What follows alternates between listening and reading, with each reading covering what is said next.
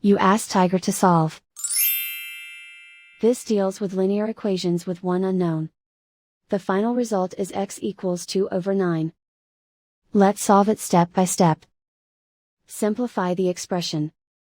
Simplify the arithmetic. Group all constants on the right side of the equation. Add 6 to both sides. Simplify the arithmetic.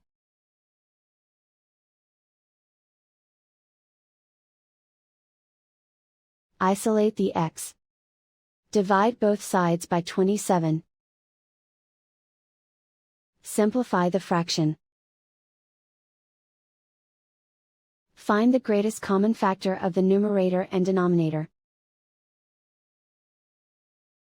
Factor out and cancel the greatest common factor. And so the final result is x equals 2/9.